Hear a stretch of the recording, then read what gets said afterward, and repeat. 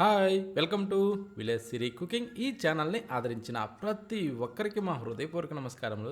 ఇవాళ చాలా అంటే చాలా మంచి రెసిపీతో మీ ముందుకు వచ్చానండి. చాలా బాగుంది.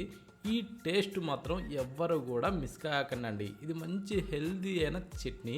దీన్ని చేయడం కూడా చాలా అంటే చాలా ఈజీగా దీన్ని తయారు చేసుకోవచ్చు. ప్రతి ఒక్కరు కూడా చాలా అంటే చాలా ఇష్టంగా తింటారండి. దీన్ని మాత్రం ప్రతి ఒక్కరూ కంపల్సరీ ట్రై చేసి తిని చూడండి.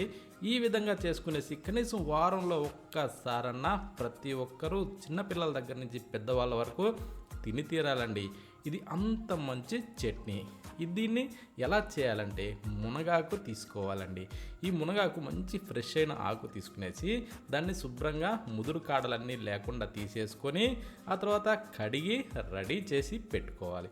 పెట్టుకున్న తర్వాత ఇప్పుడు స్టవ్ మీద ఒక ప్యాన్ అయితే పెట్టుకొని దాంట్లో కొద్దిగా ఆయిల్ వేసుకుందాం. అంటే ఒక 2 టేబుల్ స్పూన్లు.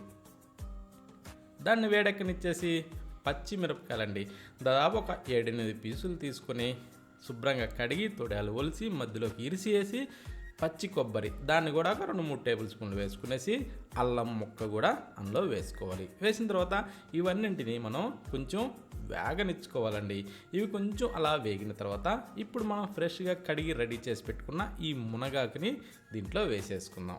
ఓకేనా? అంటే మునగాకుని ఒకరోజు ముందు రెడీ చేసి పెట్టుకుని అలా అవసరం లేదండి. ఇప్పుడు ఫ్రెష్గా తెచ్చుకున్నామా ఇప్పుడే దాన్ని ఈ విధంగా రెడీ చేసుకోవచ్చు. ఓకేనా?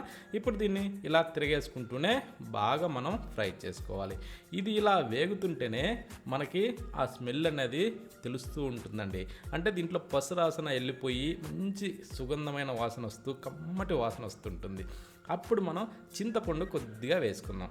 అంటే చిన్న నిమ్మకాయ సైజు, అంటే ఒక నేరేడుగా సైజు అనుకోండి, అంత వేసేసుకునేసి ఇలా బాగా తిరిగేసుకుంటూ ఫ్రై చేసి ఇప్పుడు తినే శనగలండి. తినే శనగలు కూడా దాంట్లో వేసుకొని ఇలా కాస్త ఫ్రై చేసుకోవాలి. ఈ విధంగా బాగా వాడి మంచి కమ్మటి వాసన వస్తుంది చూడండి. అప్పుడు మనం ఏం చేయాలంటే దీన్ని స్టవ్ ఆఫ్ చేసుకోవచ్చు. మనకు అప్పుడు అర్థమవుతుందండి. ఈ విధంగా ఫ్రై అయిన తర్వాత ఇప్పుడు మనం స్టవ్ ఆఫ్ చేసి పక్కన పెట్టుకోవాలి. అప్పుడు కూడా ఎట్లా అంటే మంచి కమ్మటి వాసన వచ్చేటప్పుడు మాత్రమే స్టవ్ ఆఫ్ చేసుకోవాలి. ఓకేనా? ఇప్పుడు వీటిని బాగా చల్లారనిచ్చి ఇప్పుడు ఒక మిక్సీ జారీ తీసుకొని ఆ మిక్సీ జారీలో ఇవన్నింటినీ వేసుకుందాం. అంటే ఈ ఫ్రై చేసిన పచ్చిమిరపకాయలు, మునగాకు, కొబ్బరి, శనగలు ఇవన్నింటిని కలిపి ఫ్రై చేసిన వాటిని బాగా చల్లారనిచ్చి మిక్సీ జారీలో వేసుకోవాలండి. కాకపోతే ఏంటంటే ఈ ఫ్రై చేసే దాంట్లో మాత్రమే దీని టేస్ట్ సూపర్గా ఉంటుంది. ఇప్పుడు దీంట్లో కొద్దిగా జీలకర్ర, 1 టేబుల్ స్పూన్ సాల్ట్ వేసుకొని వెల్లుల్లిపాయలు ఒక 4-5 రెబ్బలు అలా వేసుకునేసి రెమ్మలో ఇప్పుడు తగినన్ని నీళ్లు పోసుకోవాలి. నీళ్లు పోసిన తర్వాత దీన్ని గ్రైండ్ చేసి ఇలా మెత్తగా పేస్ట్ చేసుకుందాం. పేస్ట్ చేసిన తర్వాత ఇప్పుడు దీన్ని ఈ విధంగా వస్తే సరిపోతుంది. మరి జావలాగా అవసరం లేదు, మరి గట్టిగా అవసరం లేదు. ఈ టైప్లో మనకి చట్నీ టైప్లో చేసుకోవాలి. చేసిన దాన్ని ఇప్పుడు పక్కన పెట్టేసి మళ్ళీ స్టవ్ ఆన్ చేసి స్టవ్ మీద ఒక ప్యాన్ అయితే పెట్టుకొని దాంట్లో 1 గంటి ఆయిల్ వేసుకొని కొంచెం వేడెక్కనిచ్చేసి తాలింపు గింజలు 1 టేబుల్ స్పూన్ వేసి వెల్లుల్లిపాయల్ని ముక్కలు నలిపి అందులో వేసుకునేసి కొంచెం ఎర్రగా వేగనిచ్చుకోవాలి. అది కూడా సన్న మంట మీద. ఓకేనా?